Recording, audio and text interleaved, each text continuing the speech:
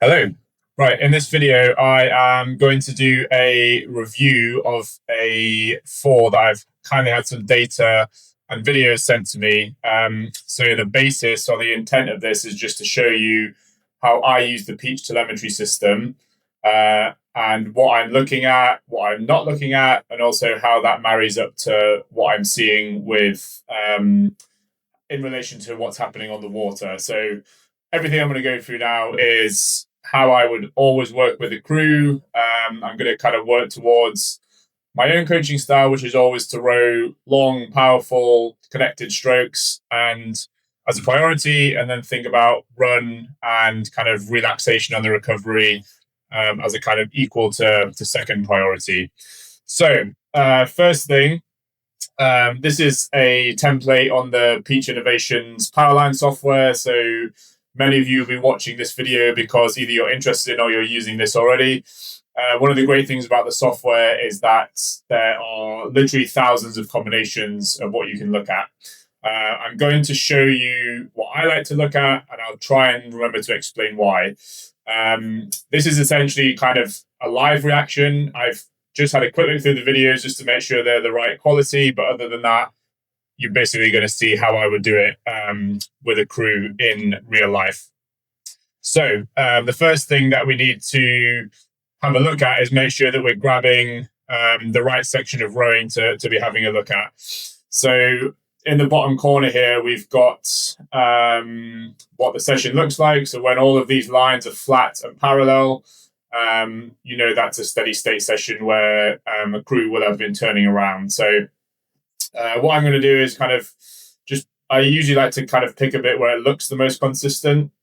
So here I can see the rate and the boat speed and the average power are pretty much parallel all the way through. So I'm going to do is highlight that first section, and then we're going to go for a decent chunk there. So we can see here we've grabbed in the corner, it's 1,310 meters of rowing, and that was around 90.8. So we can see that's pretty solid, steady state. So what I'm going to do is just save that as a steady state piece. When you're using the software, if you wanted to get into a lot more details, you can say if you had grabbed a section where it was a 2K, you can go into generate intervals and you can change the interval duration to something like 250 meters. We're not going to do that today because I'm kind of looking a little bit more at averages. But that's an important point to remember, is that when you are reviewing this data, you've got to pick the right point. Because if you pick a point from a session at random, it could have been, you were going around a corner. It could have been you suddenly hit a big headwind. I've seen it before and I've done it myself where I'm thinking, oh, why does that look so short on the feedback? And actually, we were doing a legs only drill or something like that. So just picking a point in the session. Obviously, I wasn't there for the session. I don't know exactly what was going on, but it looked, as I said, just pick something that looks consistent. Okay, so what we can see now is various different figures. So top here is a kind of visual representation of effective length. So the entire bar is the whole, the total angle rowed. So catch angle plus finish angle. The shaded bit is the effective length. So anywhere you can see any white, this is catch slip and finish slip. So that's like a nice, easy visual representation. You can see here catch angle, finish angle, total length, effective length, and then the catch and finish slip. So I'll get into those in a little bit more detail in a minute. This first graph you can see here, which is overlaid, is the gate force over gate angle. So this is kind of the more traditional force curve. I guess you would see that you see something like an RP3 or a Concept 2. So it's basically just how much power were you putting down at each degree, each centimeter of the stroke, if you will. Then we can have a look, or we can move on to here is your swivel power. So that's just basically how much power is going down. Again, that's just a visual representation of who was doing the highest watts in the crew. Try not to get into the watts too much, because I feel like that's the first thing that everybody goes to as the most important figure, which is not always the case, even though it is important. If we move down to these next two boxes, excuse me, so this is, again, gate force and then acceleration, but these are plotted over normalized time. So what normalized time means is that it is basically an entire stroke cycle, but done in percentage. So it essentially, it doesn't matter what the rate is, it's how many percent were you into the stroke, and that's kind of what it's measuring here. So the 0 is essentially the catch, and then 50% to the right, or nearly 50% to the right, is the drive, and then that kind of starts into the recovery. The recovery comes in again from the left. So you're kind of like starting going to the right, and then imagine you're flipping over to the next stroke, and then it comes in from the left.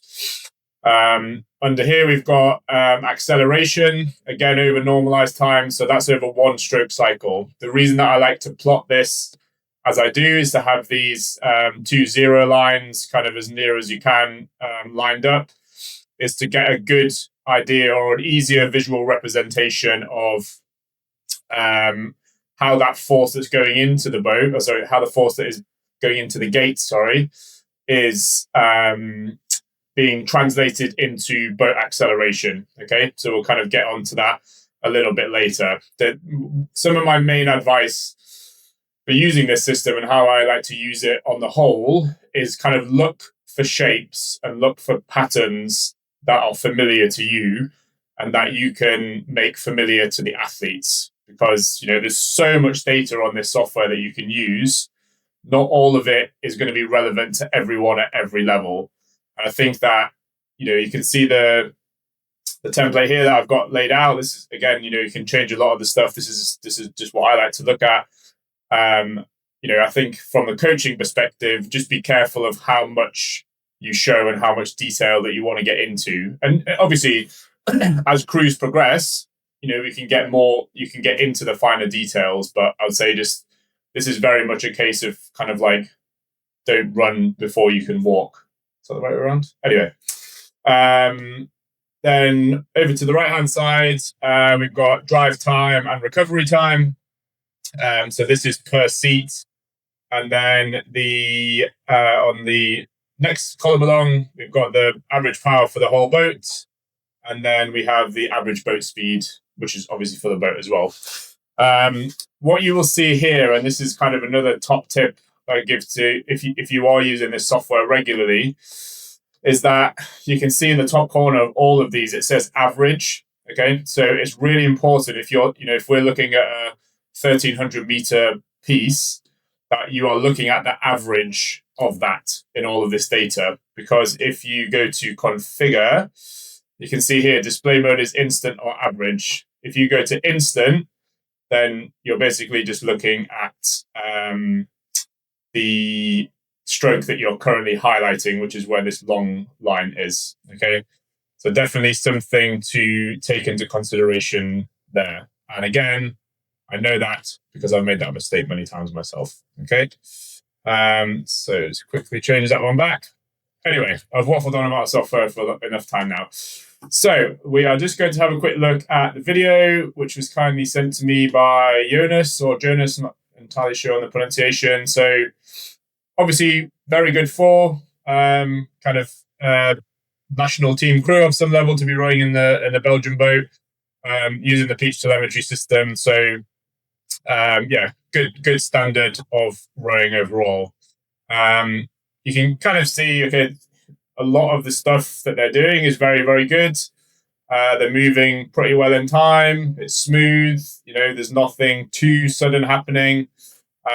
So, for me, this is kind of with the GB under 23 team and a lot of my clients that I kind of mentor. This is around the level that I'm kind of working with quite a lot of the time. So what we are going to get into is just have a look at some of the basics first. And I'll show you what it looks like on the report. And then I'm going to show you how that relates to the rowing. So we're going to look first at steady state, and then we're going to have a look at some 500 meter intervals. So a good thing to compare is, what do your athletes and crews look like at steady state, and do the best parts of what they're doing steady state translate into higher intensity, so race pace or above race pace. Quite often the answer would be no, but again, that's why this is a fantastic system, because you can measure it. And if what you don't measure can't get managed. So great to have this feedback. Anyway, so we will start with, okay, if we look at the shape of the force curves, so here on the gate force over gate angle, kind of the peak force angle is quite similar for bow 2 and 4. You can see here that the 3-seat is a little bit later with the peak force, but has the highest force out of the whole crew. I don't have the erg scores from these guys. Generally, you would expect the 3-seat or the 2-seat to be one of the stronger. So it's not really a surprise. I would also add that it's very unlikely, or it's quite difficult and probably quite unlikely that you're going to get a crew where everybody matches up perfectly, and actually moving the needle on each person individually towards a common ground, I find is a better approach than just saying we have to do X, Y exactly on here. So that's just another point to consider. And then, so here you can see the kind of max force, how far into the stroke is that. So, I mean, here you've got a nice, easy visual representation. Is that stroke 2 and bow are about 15 degrees ish before the 0 line, which is around, you want it about 15 to 20 degrees out. Maybe it's a little bit later. But again, here's a kind of an easier visual representation. So that's how the percentage into the stroke is the location of the peak force angle. And obviously in the 3-seat, the blue line, you can see that is a little bit later. Okay. So I guess ties into then, okay, if we have a look at here, how does peak force happen? You know, for most people, the strongest part of the stroke, or where you can generate the most force, is from here. So just as the kind of handle's coming into the boat and the knee angle is passing 90 degrees, it's how the hips are driven open, either driven open or how well they're holding the force into the second half, or if you think of it as against the end of the leg drive. So we have a look at the 3-seat. Looks kind of, there's a little bit of rounding through the back at the catch, but that doesn't really change. And that's kind of something important to consider. I'm probably going to go off on many tangents in this video. This will be the first one. Is that you want to think of your body position. Okay, whilst I guess a lot of the time we try and coach, or we will really try and emphasize that, like rocking over from the hips. What's really important from kind of catch to mid drive is that the position of your hips and your lumbar spine from when you pick the boat up, from when you first connect, don't change, and like kind of until the knee angle passes 90 degrees. So basically from the front to half slide, we don't want too much change in that body angle. So I think actually, you know, 3-seats, again, a little bit rounded, quite extended there, but actually it doesn't change. And I think, you know, kind of what you can see there is that, again, okay, we're talking about different rowing styles here, is that, okay, there's not necessarily like a huge swing from the body, but there's definitely, you know, really solid connection with the legs, and actually probably, you know, a decent amount of force on the handle going through to the finish. So you can definitely see where this athlete in the 3-seat is quite strong. I think he is doing a good job of holding the force.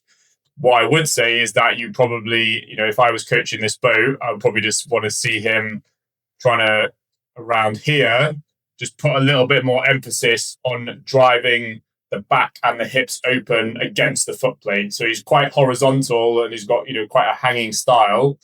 But then that is the result of that, is that, if, you know, when you do bring the hips and the arms through, if it happens too late in the stroke, then that force application is just very slightly out of time with the rest of the boat. So so that's kind of just the force curves as they are versus the gate angle. Once we get into normalized time, gate force over normalized time, this is where it becomes a little bit more relevant, and this is where we kind of start to tie in, or visually it makes more sense to start having a look at these catch angles.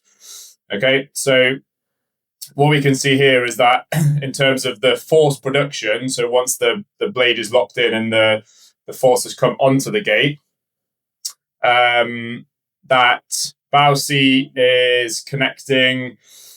Bow seat is beginning the force production kind of the earliest. So stroke and bow are lined up really nicely on the pickup and the leg drive. And then you can see just as we come over the top here, starts to be that little bit of discrepancy in the force and in the length.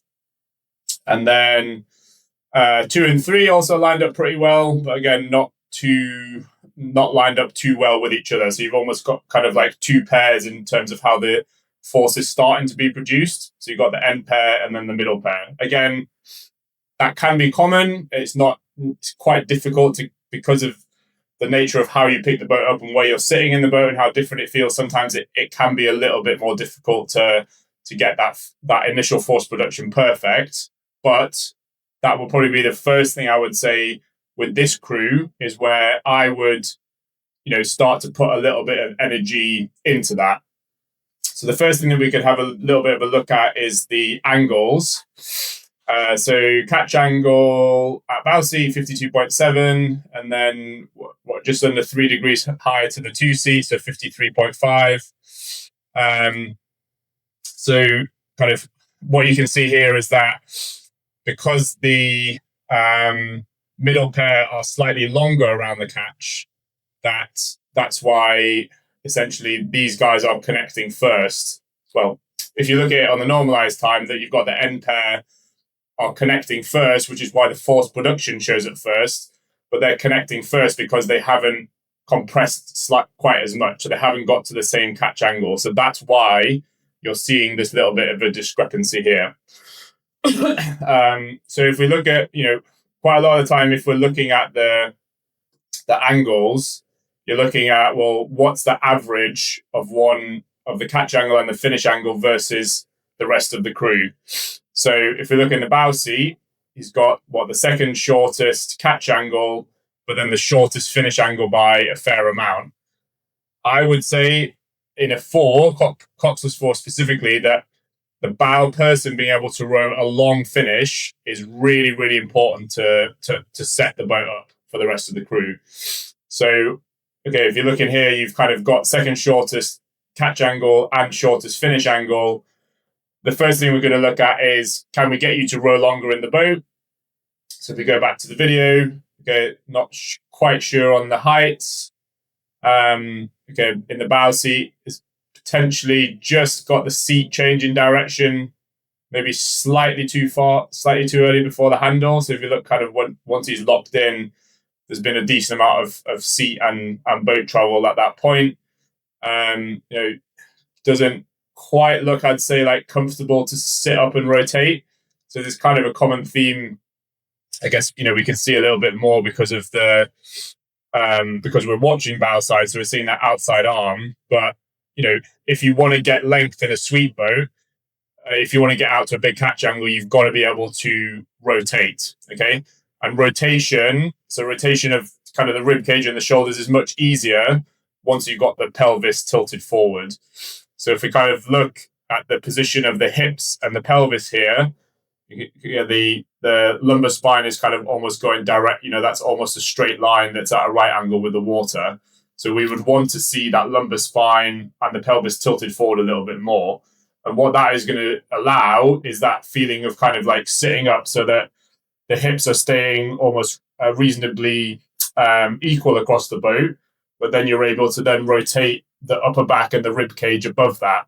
And I think because he's not quite getting fully rocked over, it probably limits that rotation and therefore some of that length a bit. And you can see there's like that outside arm is really, really long. Probably getting to the point where it's slightly too long, and for my own coaching style. But I think there's definitely some length to be gained there. So that would be the first place I'd always start if we're trying to improve something like this catch angle. The second thing I would look at is then, do we start to change the rigging? Okay, so if we've got taller athletes in the middle of the boat, which you quite often do, Then, okay, 55.33 in the 2-seat is pretty good length. I probably would personally want to see a little bit bigger catch angle than that. But ultimately, you know, if you're already rowing shorter at the catch and finish, then this is where you're going to see these discrepancies. And also, that's why you're going to have, you know, if you already have the shortest stroke overall in terms of angles, then you are inevitably or very likely to have the shortest effective length. Okay. And then, okay, middle pair, reasonably well matched. You know, when you're looking at these things, I'd say it, until you're like at a really advanced stage in the crew, you could usually allow, you know, maybe a degree and a half in the catch and the finish angle.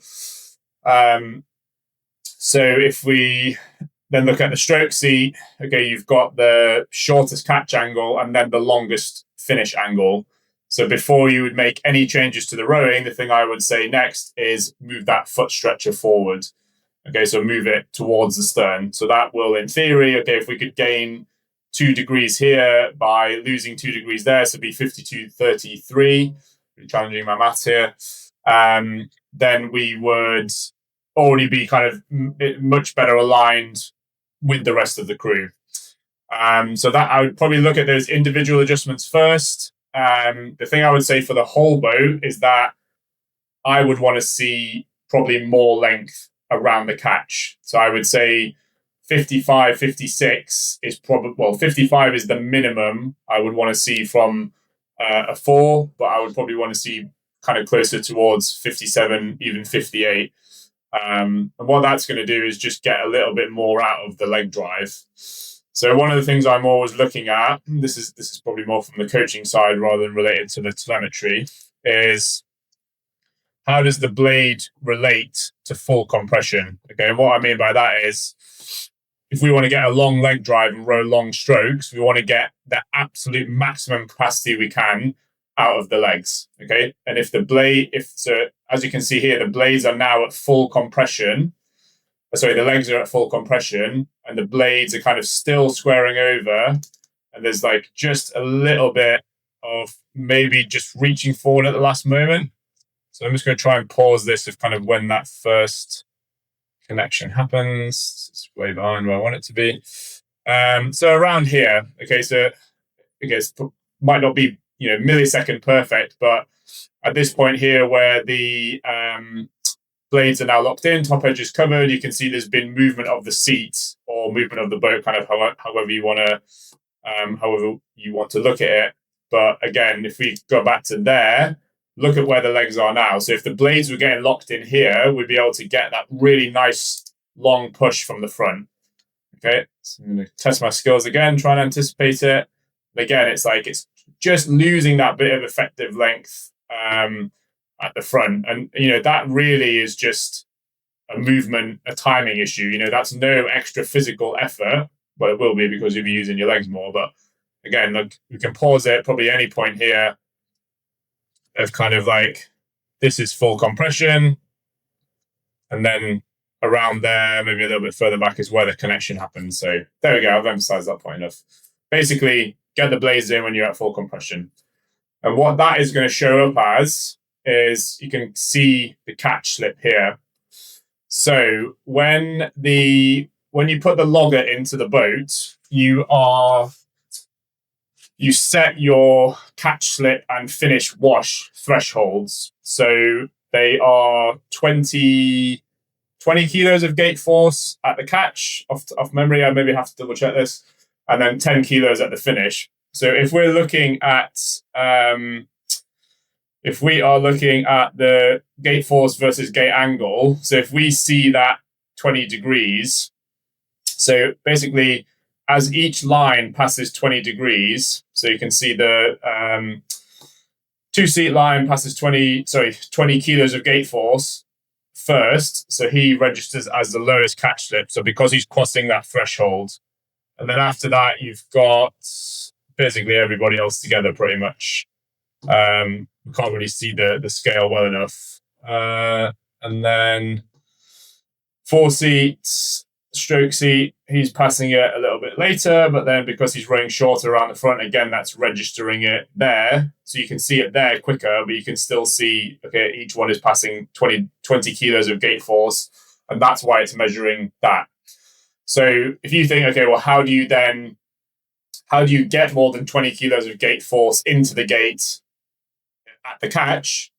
If your blade is in, then that if the blade is in, you're going to register that. So the button is going to be pushed into the gate a lot earlier. Okay, if the blade is not in, or if you've already changed direction. So if you think, when we were looking at that, maybe the seat had moved, 5 centimeters, 6 centimeters, all of that seat travel without the blade in is already registering as catch slip. So, just as we get into here, like that, if you change direction without the blade in, there is some gate force registering because it is sensitive enough, but really, there's nothing kind of note until we get, as you can see here, around 10 degrees into the stroke. So that is going to be very easily improved with just better timing at the front.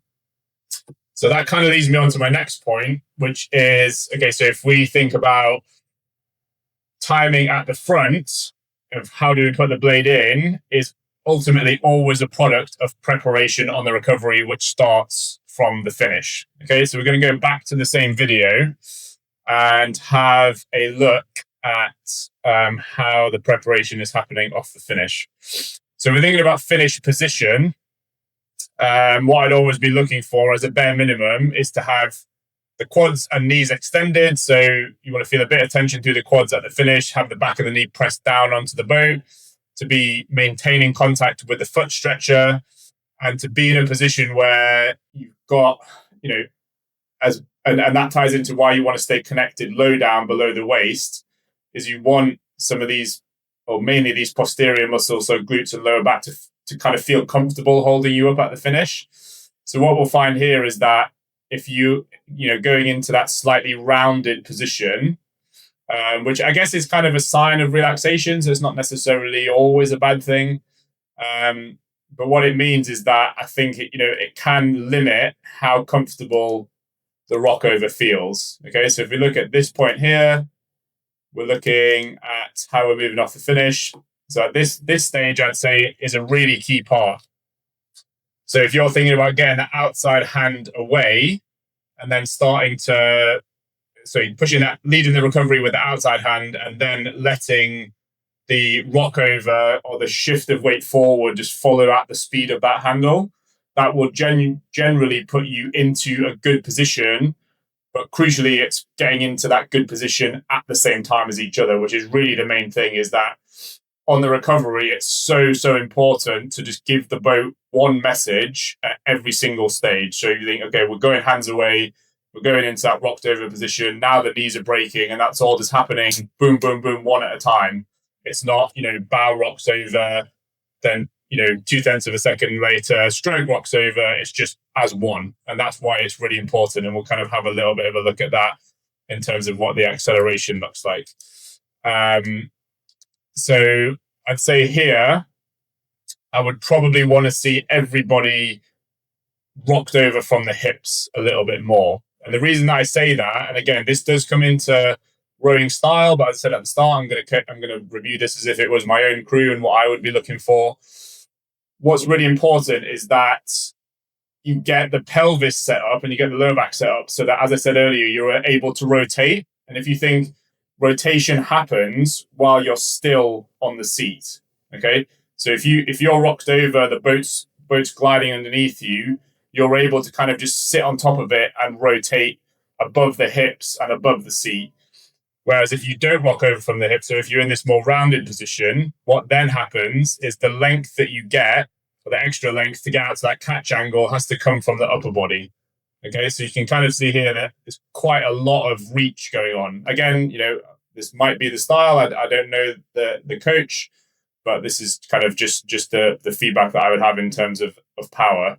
So what I'm going to do is just try and pause it kind of just at the rock over. And then if you look at the angles here, it's, a lot of that length is coming from, that movement forward of the chest and that reach through the rib cage and through that outside arm. which isn't necessarily a strong position. And if you think about the position you want to be in at the catch, it's all about not having any weak links. So if you imagine a kinetic chain that is transferring force, it doesn't matter which end you kind of view it as starting, is basically from the foot stretcher through the body, so up through ankles, knees, hips, through the body onto the handle, or the other way around. It's really important that the bulk of that is able to hold force. And I think particularly at the catch, you want actually a surprising amount of muscles or surprising amount of body parts to just stay still. Okay, so if you're like really extended, at that catch and really reaching through that outside arm, it is more difficult to stay still, but ultimately it's just harder to hold that same force. Okay, generally, kind of like, I don't want to go too far the other way of saying you want to be tense, but you've got to have the right muscles activated. But that's obviously, I'm sure we've all felt that in rowing. There's that balance between the relaxation and the tension, and that's one of the hardest things to get right. So yeah, I think I would definitely encourage these guys to think about how they're getting set up off the finish. I would definitely get them to try some feet out. I would definitely get them to try some pausing at bodies over, pausing at quarter slide. I'd also just get them to just do some kind of just first half legs from front stops. So with that, really thinking about keeping the pelvis rocked over and not having kind of too much tilting, too much rotation of the pelvis. So the other point with that in terms of the preparation is what you can see here on the acceleration trace. So again, the 0 line is where everything starts ultimately. So this last bit, as we're going through -20, -10, is how the boat is decelerating into the front. And I think, because of that, again, keep re-emphasizing this, it's what style you're trying to row. But again, if it was my own crew and, the 4 that I have coached, that was very fast. This is one of the things I was emphasizing with them that we worked on a lot. And it's just that, trying to push the deceleration as late as possible in the recovery. So what I would say with the trace is that ideally you want to avoid any flat lines. Okay, so you can see the boat is decelerating here. What I would say is you want to try and hold it above that 0 line just for a bit longer, which is, if we can do that, comes back to just giving that boat one message. So if you release smoothly and rock over together, let the knees come up as one out to quarter slide, the boat is actually going to keep accelerating at that point. So this is what's happening here, just kind of as we go through the 30. But if you get that right, you can actually keep the boat, above that 0 line for a little bit more. And then you just want to push that to kind of push that last bit of deceleration to be right at the last possible moment. Okay. So I think, what you'll find is that, okay, it's only a tiny bit, but there is definitely, I'd say, an element of reaching past the knees. And what I mean by that is that the knees have stopped and the seat has stopped, but there is still kind of reach happening. And again, that's another reason for getting set up correctly, is that you want to reach front stops with everything ready to pick the boat up. So that just as you get to that full compression, so that when your knees are high and your shins are vertical, you only then have 2 jobs left to do. One is put the blade in, and the second one is change direction on the foot stretcher. Okay. So if you don't get set up properly, then what is going to happen is you leave yourself 5 jobs to do. As you get into the front, we're just going to pause it at that point. So I'm terrible at this pausing. So here, okay, all those jobs are not done currently. So there's still a bit of reach happening. We're at full compression. I'd say that bottom edge of the blade should, at that stage, already be spearing into the water. Okay, so that's where there's just that little bit, it goes back to what I was saying about just giving the boat one message. There's just that little bit of confusion about how are we moving into the front? Or, well, actually, it's not about moving into the front. It's how's the boat moving to us? Okay, and if you feel like, you're moving too much into the front, or there's still, those jobs left to do that I described, that's when the boat's kind of like, oh, what's happening here? I thought we were slowing down, and all of a sudden now something's speeding up. So you just want to keep it super simple around that front end. So that would be the main point I'd say to kind of that you want to see with that. And then just a little bit more information about the acceleration trace is that by being more unified on that catch angle, so if we could get everyone minimum 55 degrees, so if you could set that catch angle so every single blade was going into the water, so that full extension was at 57 degrees, say, and that force production was happening immediately, so with better timing, reduced catch angle, pointing at the screen like you can see my hand here.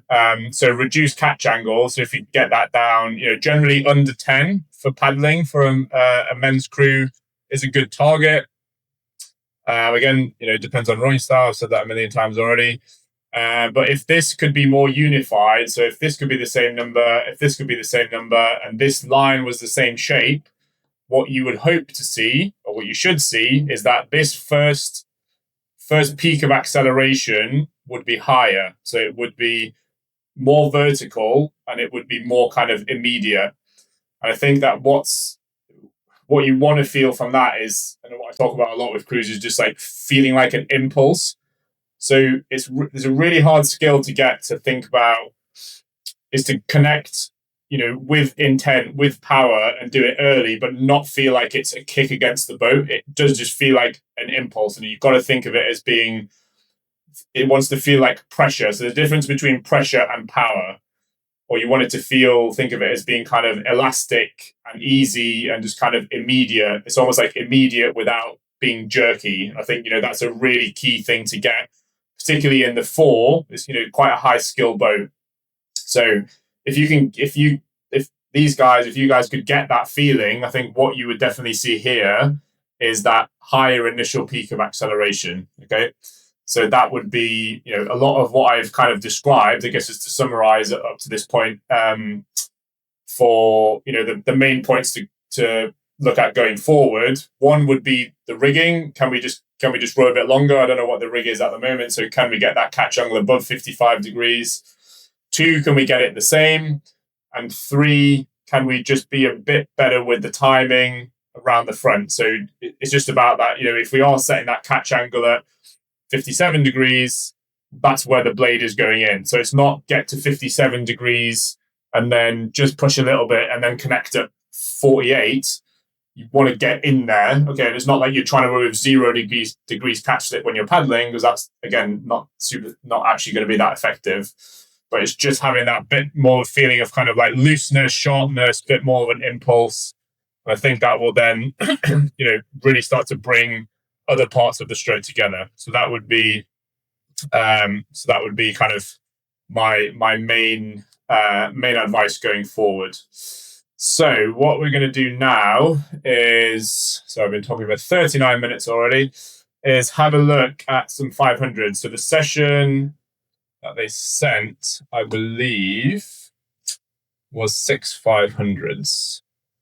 And I have been warned about some shaky video footage here. So what we can see here is, again, just going back to this panel down here, you can see where all of these lines are elevated. So it looks like, the first piece started high and then settled. Second piece was a little bit smoother, a little bit of a higher, but mainly smooth here. And then that last piece was starting high and then was actually the highest rating of the 6. So this one looks nice and consistent here. So I'm just going to grab, again, a section of that. It's just nice to have a look at things that are consistent, because, they just tend to be a bit easier to review once you, I won't go off on another tangent. Okay, so we'll have a look at, what's similar at the moment. So catch angles, generally you would find they'll be a little bit shorter, but if we compare, so bow seat 52 to 51, 2 seat 55 to 53, 3 seat 53 to 51, and stroke seat actually was rowing longer. So more unified on the catch angle at race pace, which is good. Like if it was going to happen at any point, that's where you want it to happen, right? Like you want your race pace stuff to be the best and be the most unified. Again, I would want to see that a bit longer. I think, a hallmark of really good crews, or what's really important, is that you stay long as the pace comes up. And again, that's where loads of people fall down. And I literally did a post about that today. Is that rating high is something that you really need to practice, because it's not just about doing the movement. It's about you're changing direction with a different amount of force. The boat is moving at a different speed under you. So doing these pieces, as much as it's about just practicing the race pace and making the boat go faster, it's also just training that skill as well, and also just making sure that you stay unified at those higher intensities. So if we have a look at the finish angles, so 29, 33, 34, 31, and then, okay, finish angles are almost, they're definitely closer again, or closer to what they were in the steady state. So bow seat again, probably you want to definitely focus on that length. That it's really important to be holding the boat up, to be setting it up for everybody else, to give that stability. Stroke seat got a bit longer. Oh no, sorry, got a bit shorter there. But yeah, the catch angle for bow seat is quite short for the race pace stuff as well. If we look at the effective length, so kind of all in the low to mid 60s, so more unified on that. Some of the catch slips are a little bit better, but this is where you're going to see those like similarities and reflections. And if your catch angle is kind of 11, 12, 13 at paddling, it's unlikely to go below 5 when you start going up to race pace. So what we'll do is just switch to have a look at some of these videos of the race pace stuff. Hopefully this is going to open.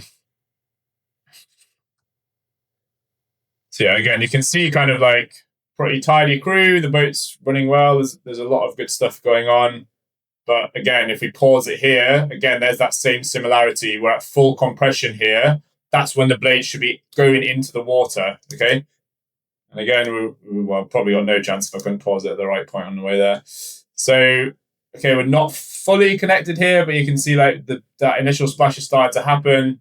Already like a little bit of travel on the seat. So again, like maybe some of these positions could be a little bit better. And this is, really to just highlight again, like how important it is to sit up. Okay, so if you think, I kind of hate the analogy of like relating a lift to rowing a lot of the time, but I just think like, okay, if you were trying to pick up like a really heavy kettlebell from your left-hand side, okay, how are you going to do that? Are you going to completely round the back and go into that position? You're probably not, because you think, okay, I'm about to pick up this load off the floor. I know I need that tension through my body to be in the right place. So, it's kind of the same thing here, is that, if you're reaching down and around with that outside shoulder because the pelvis isn't tilted forward, it's just harder to get those legs connected and get them driving. And, as I emphasized earlier, like getting the legs connected is really one of the most important points. Okay. So, I feel like we don't need to go super in depth on a lot of this stuff, because, those similarities are the same. And I think that's why it's so important to look at the steady state first. Again, you can see that same thing of if we have stroke, so the outside pair quite well unified on that first force production, and then middle pair also reasonably well unified. I think what might be useful for these guys is that, I don't know if you guys have already done this, is actually to go out in different pairs combinations. If at the moment, do we race outside pair versus middle pair, and do they go quite well? But what happens if we go stern pair, bow pair? Is there any difference in that? Because that the connection point in the force is happening at a slightly different time. So yeah, a lot of similarities between those. So just going on to the acceleration. So again, what you'll see with boat acceleration is that if you have a flat line in paddling, so if it slows down and then kind of hovers around there, you're very likely to see that same thing when you go up to race pace. Again, some of that is gonna come from just that, that reaching past the knees that I described. And you don't want to be reaching past the knees at the point where you should all just be kind of like, preloading that foot stretcher just before you change direction. So if you're sitting up and over, the boat's coming towards you, and the closer it gets to you, the more you can just have that little bit more dexterity through the feet and kind of like just feel that initial foot pressure before the blade goes in.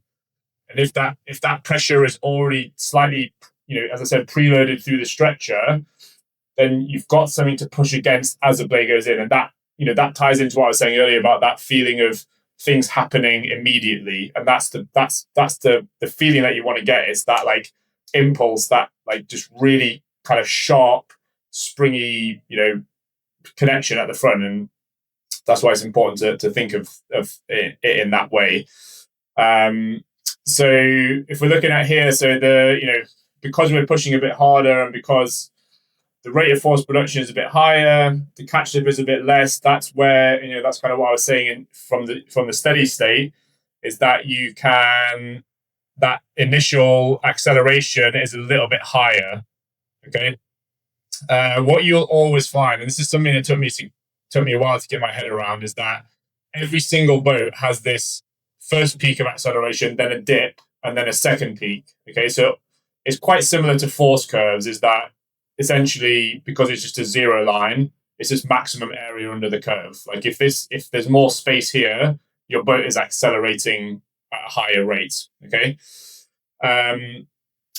What you want to see, just going back to that dip. So everybody has a dip because just as we're about to reach peak force, there is more movement of the blade. So the blade is now moving out from the boat. So as I understand it, again, this is something I've only really looked into and kind of learned a bit more about recently, is that as the blade is moving out from the boat, the blade is much less efficient at that point. So that's why some of that potential acceleration is absorbed by the blade moving out from the boat. So everybody is, it's not really a case that you can have the acceleration just looking like the force curve, even though it feels like that probably should be the case. Anyway, I digress. So yeah, initial acceleration is better. But then if we go back to the steady state, what we've then lost is actually that second peak of acceleration. And ideally, you want the second peak to be higher than the first. Okay, so if we just go back to the videos, actually have a look at one from another angle now. If we go back to the videos, this is where I would say some of that, again, going back to some of that pelvic position, then gets shown up a little bit more. So when the boat is moving a bit slower, it feels like you've got more to push against. We have got a little bit more to push against, or you're pushing against something in it that's moving slower, so it feels slightly easier. Some of what I was talking about the skill of racing higher is that how you apply the force into the second half is obviously the product of that is going to be acceleration and then boat speed as a result of that. So if you're not quite getting into the right position at the front in terms of the pelvis, what it means is that you can kind of see here again, as you're rounding there, rather than necessarily like generating a lot of force where as I said earlier, like the pelvis is opening against that pressure you're putting on the foot stretcher and through the legs, what's happening is almost like you're just almost like unraveling the spine. So kind of like when you do a Jefferson curl. So while some people can do it powerfully, and again, as I said a million times, it depends on the rowing style you're trying to get. And some, a lot of people do row with more of a bent spine, but the difference is that you are strengthening that certain movement pattern. And, for most people naturally, okay, if you're not getting that rotation from the pelvis, then we're not quite getting all of the lower body muscles firing in the right order. Okay. So it's really important to get that pelvis in the right position so that you're trying to close it so that you can drive it open with more power in the second half of the drive. So that is where I would say I would put a lot of attention in this boat. In that, so I was trying to pause it at the right point. Yeah, you kind of see here, and like you probably lost a little bit of that kind of like unified body position, and that's where that for me, this is kind of where the handle. This is kind of around peak force, maybe just after. That doesn't look to me like a strong position as a crew. This is where I would want to see you be sitting up and over a little bit more. And again, you want to be able to drive that body open and drive that pelvis open against the second half of the leg drive. So think of like, it's just like when you're standing up a deadlift or when you stand up a squat, or, if you're diving off a board, it's like, it's that triple extension. Okay. It's not exactly the same when you're rowing because you've rotated it and, you've got to be a little bit more rocked over, but ultimately it's the same theory. Is that it's getting everything in the right order to maintain and generate force. So I think where I was just going back to the acceleration, I think that peak force, even though it's slightly more unified, particularly in the 3C, it is a little bit flat, and having a high peak force and getting that peak force angle the same is going to make your boat go faster ultimately. Like there's no two ways about that. So you can kind of see it reflected in that, the force curve comes up but then stays reasonably flat, and you can kind of see that reflected in the rowing. It's kind of like we get the connection but then we're not necessarily adding to it. And I think that's an important part of acceleration. The very nature of acceleration, right, is going from slower to faster. So to go from slower to faster, there has to be more added all the way through. This, quite obviously seems simple when you say it like that, but I think that's an important thing to take into consideration. So yeah, I'm probably going to wrap this up now because you've kind of been going for about 50 minutes, but super interesting to have a look at that. And I think, what I quite like to do with these things is, try and look at the telemetry first, and then you can, for me, I can usually kind of paint a picture in my head of what I think the rowing is going to look like. But, when you're using telemetry and you're using the Peach system, like these numbers on their own are not the be all and end all. Like it's no good just saying like, I want you to row longer. I want you to have higher watts. I want you to increase your peak force. It's how you do that. And like where I think a lot of people go wrong is they don't necessarily delve into the process enough. So if I say, I want you to row longer, then it's like, well, there's 10 different ways. First of all, is the boat going well? Like if the boat has a good relaxed rhythm, you can row longer. Have you warmed up? You'll be able to row longer. Have you stretched? You'll be able to row longer. So there's so many things that, are almost, the bigger picture before you think about you individually. And then we can start to look at, are you rocking over correctly? Is it in time with the boat? Again, if you're rocking over in time with the boat, it's much easier to get rocked over. If you're fighting everyone else, it feels tense, and then that's when you're going to get shorter. And it's like, so after that rock over, can you rotate comfortably? Can you even get into that rotated position at, like if I ask you to sit at 57-degree catch angle, can you sit there? Does it feel comfortable for you to be there? So that's where this stuff really makes the difference. And it's like, for me, it's great to have it, but it's got to support the coaching that you're providing as well, or the coaching that is being provided to you, if we talk about from the athlete's view. So I think it's a super, super valuable tool. And obviously, if you already follow me, you'll know that, I've been using this stuff for a long time. I'm trying to learn as much as I can about it to ultimately to help other people learn more about it as well.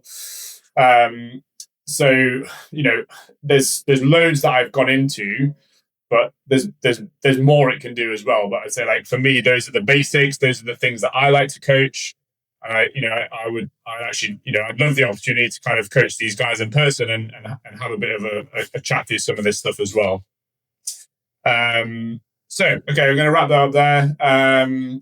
Hopefully that was informative. I know, if this is new to you, I'm sure you are absolutely bombarded with information there. But yeah, I've wanted the opportunity to do this for a long time, to just kind of almost do like a bit of a live reaction and not have a chance to think too much about it.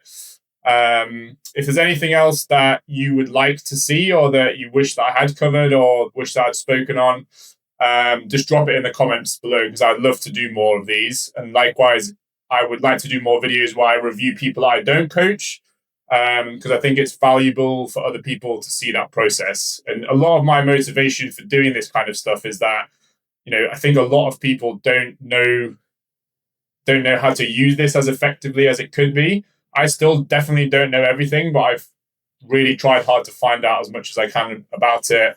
Obviously, I'm very lucky working with the GB team that I get to have access to some of the, world leading biomechanists. And, I found out all sorts from being in that environment. But my view is, with stuff like telemetry, is that, if you turn up to a race and there's 5 of the crew sitting on the start line, I think the best way to have a fair race is that you've all had the same opportunities of how to develop your crew. And I think, even just asking for data and videos, which I did today on my Instagram story, hardly anybody came forward. And I appreciate that, because people don't want to share what they're doing. They don't want to share what they're using it for. But personally, I don't think that's good for the sport. I think the fairest way to sit on the start line is that we've all had the same options available. We've all had the same knowledge, and therefore then that's determining who's been most effective with their training and how they've used the information available to them. Anyway, I'm going to stop yapping on. Thanks if you watched all the way to the end. I'm sure most of you probably didn't, but if you did, thanks. Peace. See you in the next one.